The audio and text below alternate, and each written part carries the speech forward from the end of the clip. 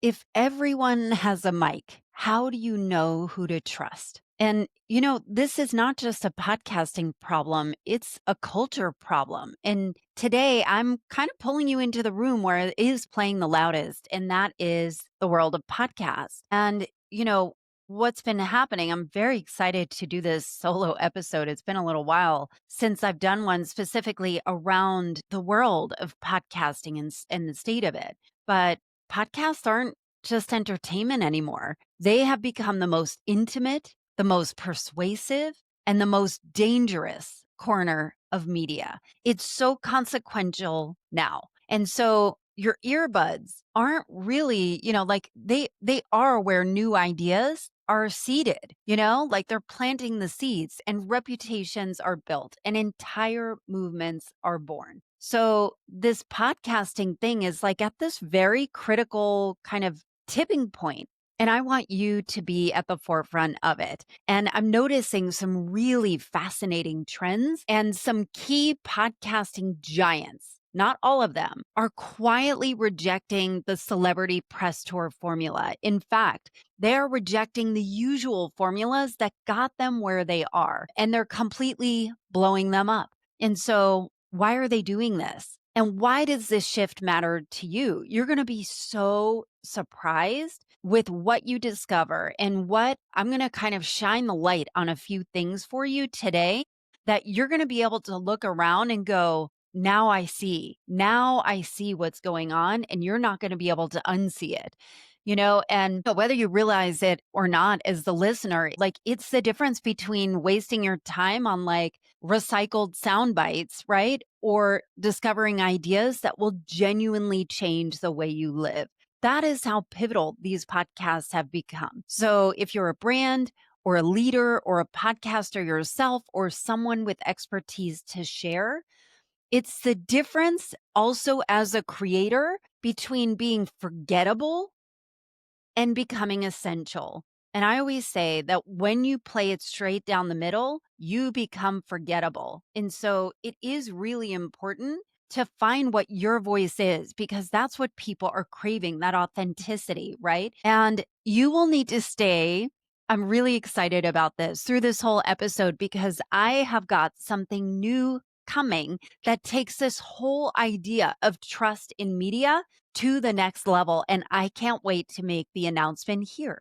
But before we get into it, let me remind you to think of friends, colleagues, peers, random strangers who are searching for a strong ground, right? Like while we're in such chaotic times, send this episode to them. This is going to give you some perspective as to the content you consume. So let's get into it. So my husband he is like a software genius. And so he's been building this platform where it starts to aggregate podcast trends and podcast data. And so he started sending this to me and I was like, whoa, this is outrageous. I need to talk about this and I need to tell you. And one of the top highlights that we have found is that podcasts are pivoting with contrarian perspectives. And what that means is that the mainstream narratives are kind of going like all the traditional things of what you understand is kind of becoming this boring, bland, gray, beige, right? People aren't looking for that. And I even notice in my own, when I'm consuming my own podcast, I'm bored of almost everything. Like if it's too political, I don't want to listen to it. If it is too like frivolous, I don't want to hear it. I want like somewhere in the middle. And part of that contrarian thinking is like the attention economy, right? And so you're going to start to see that, and I'll kind of peel back the layers of what that's looking like and kind of get into some of the data around that. But really, the truth and authenticity is more important than ever. So I'm going to give you some highlights and then we'll kind of go into the details of it. Like the truth and the authenticity piece of this, where this is becoming really, really interesting is through. Okay, so I'll give you an example. I noticed that Rich Roll, he was interviewing Dr. Jessica Norick. So if you know who she is, she's a PhD, she is a doctor in nutrition, but she has been kind of debunking all of the Maha movement stuff and kind of talking through what you see on the media is not always the truth. And here's why. So she'll back it up with all kinds of data, whatever.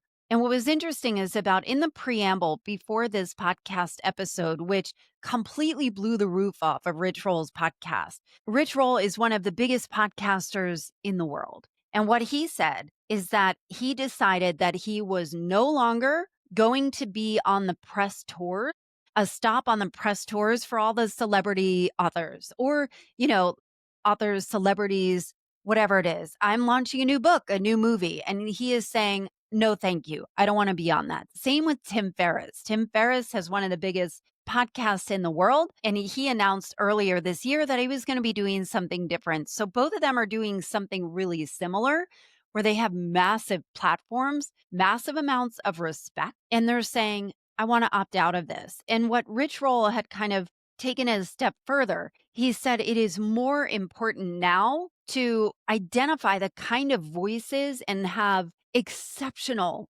discernment for who you put on a podcast. And so there is, kind of the thought around like if I hear it enough, it's kind of like if I go online, like the difference between lose and loose, right? A lot of people will spell the word lose, like lose, take away something as LOOSE, right? I'm losing, LOOSING. So it's incorrect spelling, right? But you see it so much that you start to go, maybe that is, and you start to spell things wrong, right? That's what we see. It is just the repetition of hearing it over and over again and the definitive voice, right? Like the you can be confident and share some bullshit, right? And people will believe it. People will believe it. So that trust and authenticity and that discernment is so important. And I thought it was such a bold and courageous way of saying, I don't want to be on the celebrity train. I don't want to amplify voices that may be on the fringe, but I also would like to, and Tim Ferriss did this, to amplify voices that you may not know yet because they are in the background doing their medical research. They are not looking necessarily to be the next star, to grow their platform or get to 1 million followers. They're not looking for that. They're looking for actual change. These are data and researchers. And I thought, bravo, Rich Roll. Bravo, Tim Ferriss, for helping us because it is difficult to discern who is telling the truth and who is not. So we're going to get a little bit deeper into that. But I thought it was really interesting of like, how do we get our information? Why do we trust the people that we trust? And why do we not trust the people that we don't trust? For instance, I was talking to somebody that I know who kind of rides in the middle, more right leaning. I am left leaning, and her husband is very Republican, like super, super right.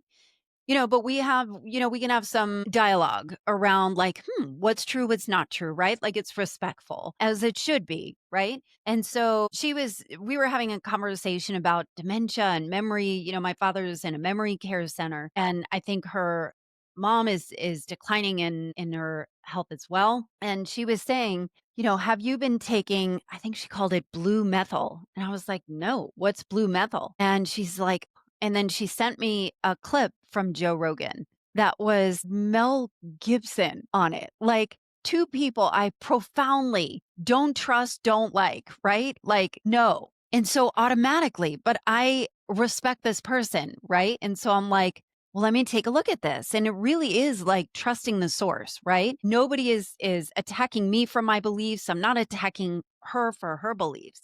But she was saying, and so blue methyl is like dye for threads for like fabric. It's fabric dye. And you ingest this stuff that's supposed to be a cure.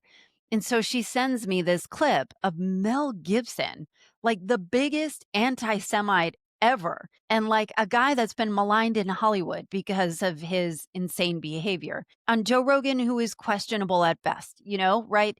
He has his fans and he has his anti-fans, right? And how fascinating is it that I remember hearing this and looking and saying, I don't trust those sources. And the clip was like Mel Gibson, like confidently saying, here's where it is and here's where it's backed up. And I'm like, I believe none of this. And my point in telling you this story, and as I started looking like, is blue methyl bullshit? It's kind of like ivermectin, the horse tranquilizer, or I think that's whatever, the horse medicine that people were taking around COVID. Is my view right? Who the fuck knows? Honestly, is their view right? Who the fuck knows? And, I try and do what I can to kind of believe what I can. And I have some trusted sources and I try and be discerning. But I also believe that you are discerning if you don't agree with me, that you are probably discerning and have an entirely different news feed. Is it your fault? No. Is it my fault? No. Right? Like there just is no way. And I think even with the administration being the way that it is, trust is at an all-time low.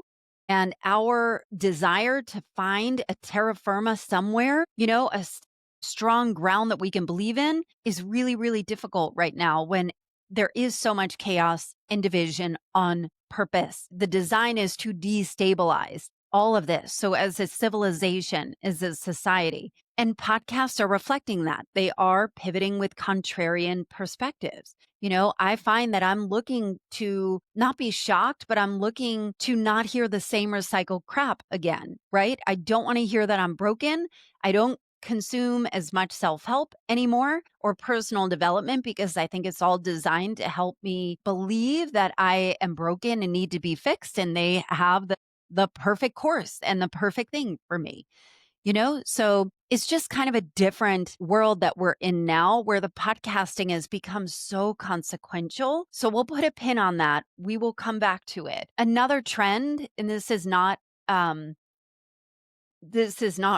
new, but video podcasting is truly on the rise. And so a lot of times people will ask me as a podcast coach and strategist, can I do audio only? Should I do audio first? Should I do video first? Should I do both? And really the answer probably is both.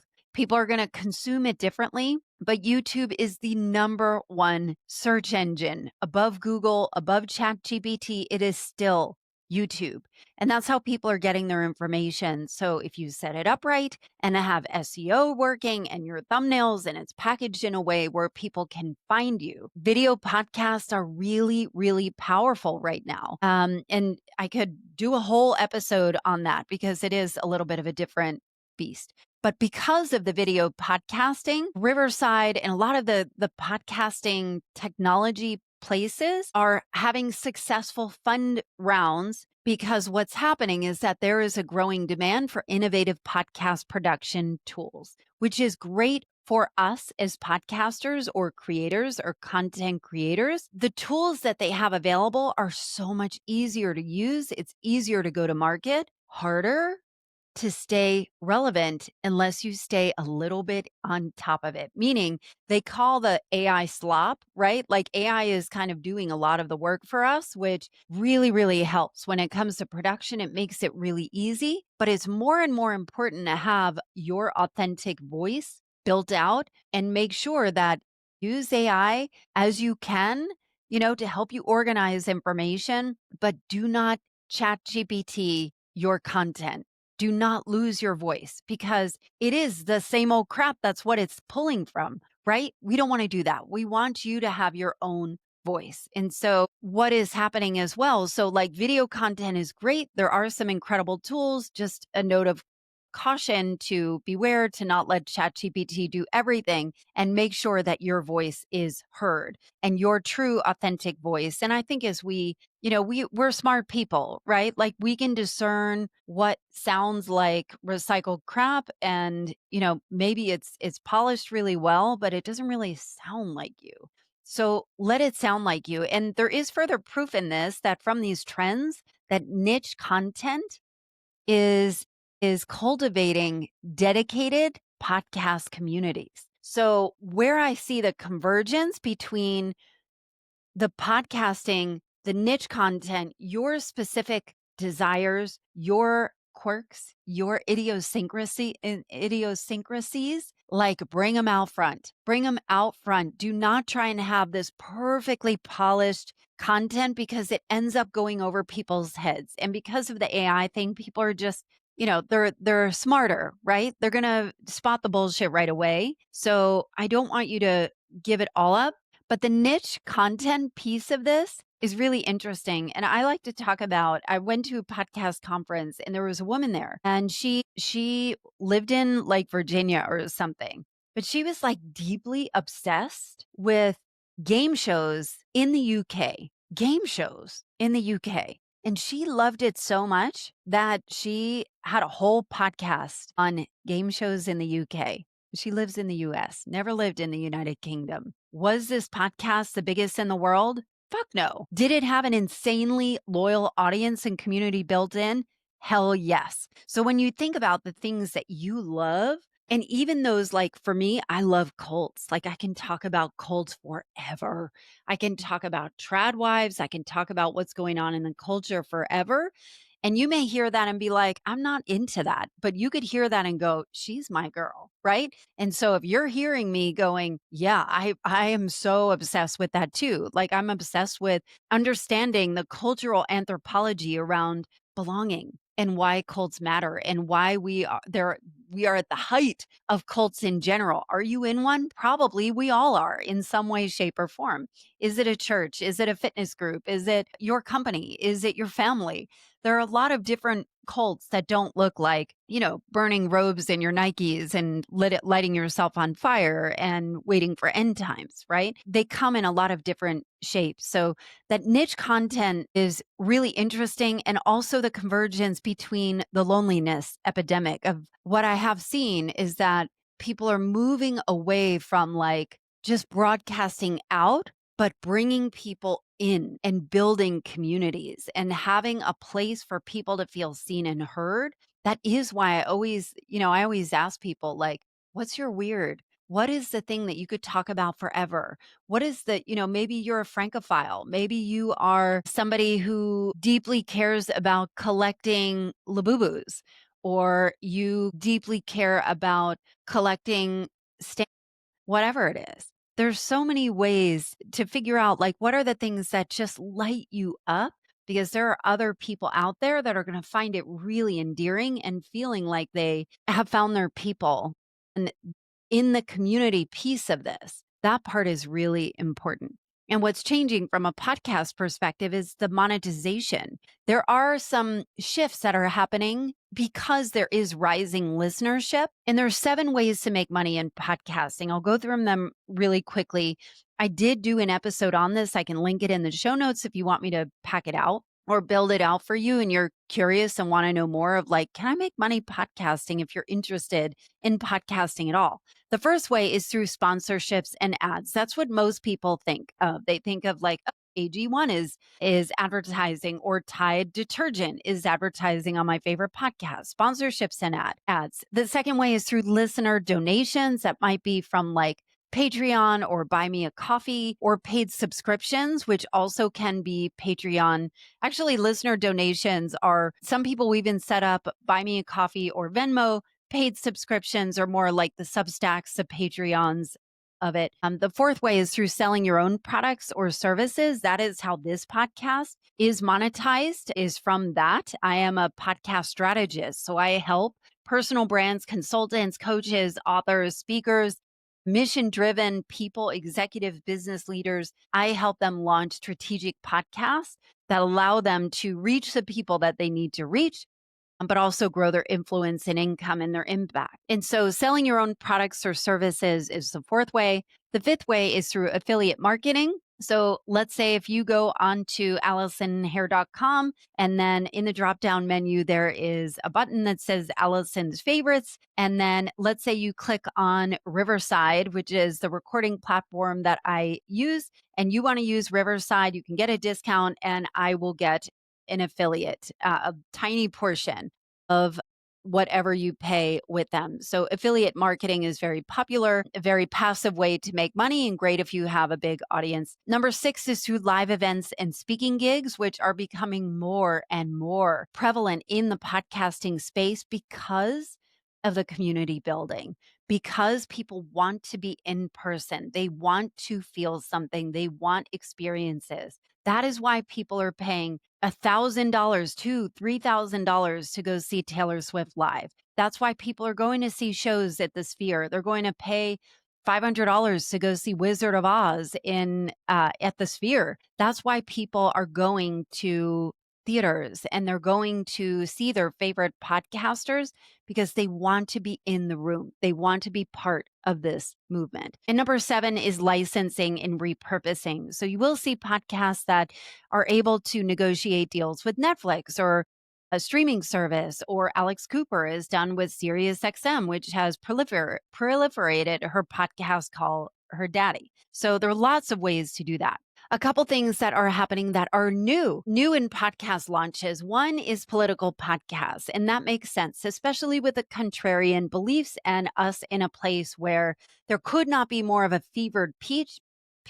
Nobody is like chill and neutral, right? Like you're on one side or the other. And so Kentucky Governor Andy Beshear's new podcast has just been launched. So political podcasts are on the rise. True crime and storytelling, because what else calms you down in a state of chaos than figuring out who murdered who? These investigative podcasts or series like 15, Inside the Daniel Marsh Murders. I could say that 10 times fast. Talk about immersive narratives. So people are looking for more immersive narratives, these storytelling, true crime, investigative things. And then celebrity narratives. So Meghan Markle recently came out with confessions of a female founder. Lover or hater, she is a lightning rod.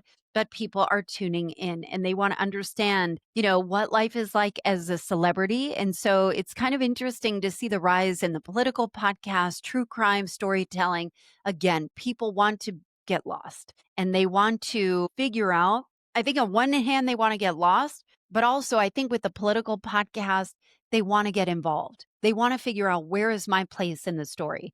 That is why this podcast exists. And that is always been what, despite the 5 different name changes that this podcast has, it's called Reinvention Room now. It has always been, where is my place in the story of culture? And so it is, how do I change the culture? And the answer is through the lens of personal reinvention and through pop culture, through what we consume today. And so there's been a growth in monetization. Spotify announced over $100 million that has been paid to creators, which shows a strong revenue growth focus. There is a lot more focus on podcasts in general. And then, of course, the AI tools in podcasting is like streamlining everything. But again, it is requiring podcasters to adapt for authenticity. And so we talked about that already. I could not say it enough. Again, and then also localized content is gaining traction. And so that is appealing to niche markets and connecting communities. So you see like the recurring themes of this. So I wanted to take a quick pause and then we're going to close out the show with what's fading from the podcast world, what's ahead, and my big announcement. And so I told you that one of the ways that podcasts make money is through your own products or services. And so if you have been listening and thinking about launching a podcast yourself, or you have one and you're trying to figure out, man, I feel like it's kind of stagnant, or I'm not sure how to really grow it. Maybe you're a founder or an executive or someone with a personal brand that knows, like, wait a minute, I can really serve more people in a bigger way. I just don't know how to reach them. Podcasts are authority building machines. And as we've talked about, like, they're connecting machines. So what kind of influence do you want to have? What kind of connections do you want to make, but you haven't figured out how? What kind of income could you be making as a result of having a strategically built podcast or content? What's great about the podcasting medium is that it is like kind of like a semi evergreen content that just lives on. And so your podcast builds trust, it builds authority, it builds connection, and it allows people, it's an invitation to work with you if that is how you want to engage, or to connect with you, or to share it, or to grow it. Podcasts serve a lot of different pieces, but how do you reach the exact right people who need you to show up? right? Like they don't know you exist yet. And so part of it is like, okay, I'm going to build a bridge so people know I'm here and know it's safe to cross, right? So if you're waiting for the perfect time, good news, it's here. The industry is shifting, and those who get in early with the right strategy are going to win. I have seen it. I have helped it. I have supported it. I have supported some of the biggest podcasts in the world and most beloved podcasts in the world have started from my program. So, what about you? If you're interested, go book a free clarity call with me at allisonhair.com/free call. And let's talk through your ideas and see if it makes sense for us to work together. If not, I will point you in the right direction, but do not sleep on this. All right, let's get back to it. So, what is fading? Here is what's interesting. Market saturation is fading. So, if you've ever said everything's been talked about, everyone's got a podcast, the market is so saturated. Traditional content is becoming less appealing as competition grows. And the new show creation, the number of new podcasts have dropped significantly, which means that there is indicates like a complex market evolution, which means that if there's less competition out there, the traditional boring stuff is out. You have the opportunity right now to show up authentically as you are and really cultivate your own voice in a time when the market is ready for it. This is the time. And so, like there's so much available for you. And traditional monetization strategies like basic sponsorships are becoming less effective because they're diversified revenue models. So we talked about the revenue models before. So part of it is kind of figuring out where do you put your energy and time into it. So you may start to hear this in there. So let's talk about signals to watch. What are some predictions that are coming out there?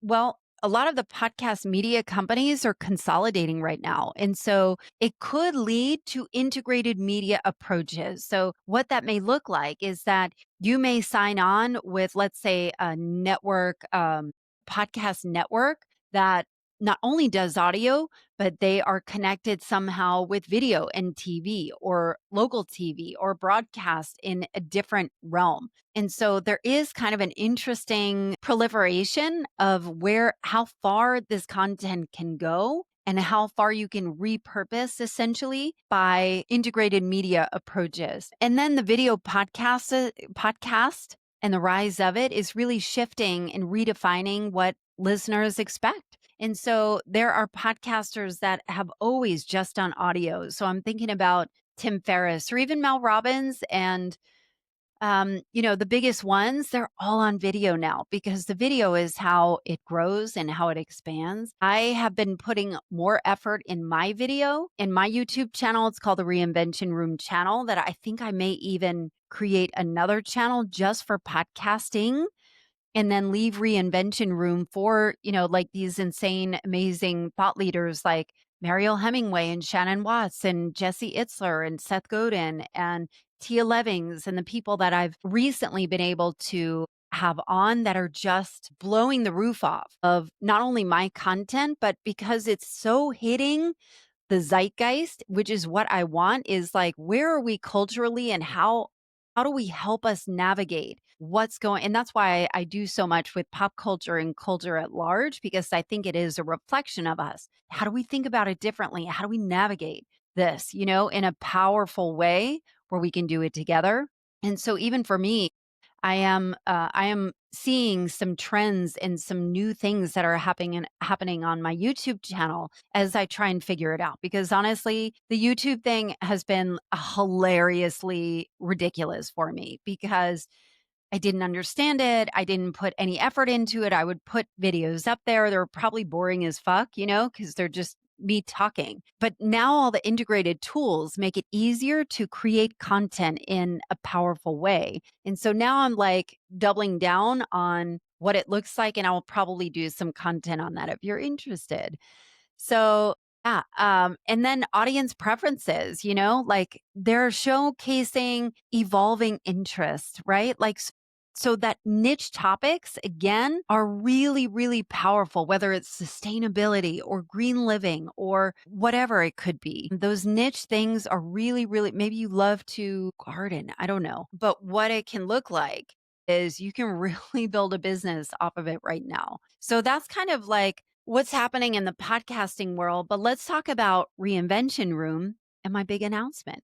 Well, Reinvention Room, this podcast I started in 2019 it is not a political podcast, but it was born of political frustration. When I started, I had no idea what this podcast was going to be about. Had no idea what I was even good at other than I knew I could talk because I have a degree in broadcasting and my dream was always to be on radio, but I always took any opportunity to speak and put it as the fun thing. And then I put making money and like doing traditional corporate stuff as my primary focus to build a business and all of that. And so as I spent 23 plus years in the corporate world in technology sales, but it became increasingly more obvious that the speaking thing really was a powerful force that I could not ignore anymore. And so I started in 2019. I left my corporate world in 2022 to pursue this full time. And the podcasting world has shifted so much. And in 2019, it was called Little Left of Center. And everyone thought it was a political podcast, but it wasn't. And my mother always said that I always thought a little left of center. She would talk about people that are like, they appear as normal, but they think a little bit different, right? And so I always identified with that, named it, not really thinking. And everyone's like, and so I would have to explain it all the time. So I ended up shifting the name a couple of times. But one of the decisions that I made this year is that I was going to stop doing so much life coaching content. So I had mentioned it before that I've had a lot of people on my show that are incredible, incredible in their communities and they are experts. And some people were really great. And some people, as I started to kind of identify that the personal development and in the self help world felt so bad to me. Like the more I consumed self help and personal development, I felt shittier, which is fucked up. Right? Like I should be levitating, with all the money that I've spent on retreats and therapists and personal development and courses and masterminds and all kinds of stuff to really invest in like healing. And then it became crystal clear to me, wait a minute, I'm not broken and I don't need to be fixed. And neither are you. The people that you listen to, whether it's Jay Shetty or Mel Robbins or Glennon Doyle or whoever, love them or hate them. And I have opinions about all of them. Nobody should be a guru for you. Nobody should have all the answers. You have all the answers. And so I wanted to make sure that this show that you left feeling empowered, you have never been broken. You have never been disempowered. Maybe you felt that way, but you always had it. I remember opening up my podcast app and I would see every single title was how to fix or how to stop doing, how to whatever. And I'm like, everything was like pathologizing something I didn't even think about. Like, I feel like the level of consumption is too much. And so I get pitched constantly of people wanting to be on my podcast. I'm grateful for the platform, but I say no to like 95% of them, whatever. And I'm like, I want like the world changers, like the people that are setting the shit on fire, but not like conspiratorial, right? Like I want things that are rooted and based in science and proven and facts and data. I don't want like the conspiracy theory aspect of it. So there's a lot less life coaching content. There is a very big discernment on the kind of people that I have on. And there are people that I've had on the show before that, at the time I really felt like they had a powerful voice. And then you find out like they weren't all that they were cracked up to be. And I have empathy for people that criticize. And even though I was critical of Joe Rogan or Stephen Bartlett or insert any, Oprah Winfrey is like offender number one, right? Of platforming Dr. Oz and Dr. Phil and people that are questionable, right? They may have credentials, but is their logic sound? And she put them on the map. And I believe that at the time, she did her best. And who knows? Maybe they kind of went off the rails at some point where it no longer felt rooted in reality anymore. And it has so much to do with where do you get your information from, which is kind of leading into my announcement as well. And so this rise here is there is going to be more of a rise in culturally and politically relevant topics here because that's what I can talk about forever. And I think we are in such a critical moment that if you come here, I want you to know that you can leave here finding your voice, which is why the podcast program is connected to this and why I help people launch podcasts and find their voices. Because if you feel like there is some way to create a community or to help deliver ideas that are important for you to share or connect with or meet the kind of people that maybe you haven't had the opportunity to meet because you had no platform, or you have a book coming out or a speech where you're looking to become better known. There's no better way to position yourself than through a podcast. And so that leads me to my big announcement. And the big announcement is that I'm launching a second podcast, but I am not launching this podcast alone. I have a co host, and that podcast is going to be called, is that the drum roll? Don't Trust Us. Isn't that the perfect name? Don't Trust Us. And the question it's answering is if everyone has a mic, how do you know who to trust? And who I've partnered with is a veteran news producer. She was a news producer for CNN, for Fox News, and uh, a veteran news producer that is coming at it from the angle of like a producer of how do you tell a truthful, full story and identifying new media, right? And so if everyone has a podcast, how do you know who to trust? And so we're going to be launching this in October. It is going to be primarily or going to begin on Substack and on YouTube to begin with. And then I believe we're going to put it on out on all of the channels. But we're going to be experimenting. I'm kind of coming at it from reporting from the middle. I mean, somebody that is left leaning and reporting from the middle and identifying like, where do you get your news sources? Is it TikTok? Is it social media? Is it mainstream media? Most people would say no. No, not even close to any mainstream media. But we're getting our news from our friends, from our groups, from our communities, from YouTube, from whatever platform. You can insert whatever platform you want to it. But we're going to take it all apart and figure out why do we trust who we trust and why do we not? So stay tuned for that.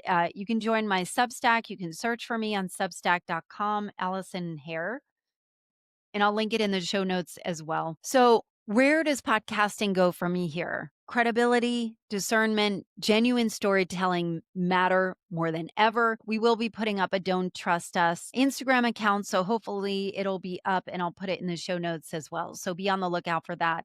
But that's why I am doubling down. That's why I'm continuing to bring big ideas and bold voices here on the Reinvention Room and also launching Don't Trust Us with Jamie Maglietta, where we're going to be breaking down the future of media and who gets to hold the mic. So if you love this episode, share it with a friend who has been thinking about starting a podcast or one who just wants to understand where the industry is headed or loves podcasts anyway. And is like, what is going on here? What are the trends? And don't forget to follow both shows so you don't miss what's next. Thanks for listening, and I will see you next week.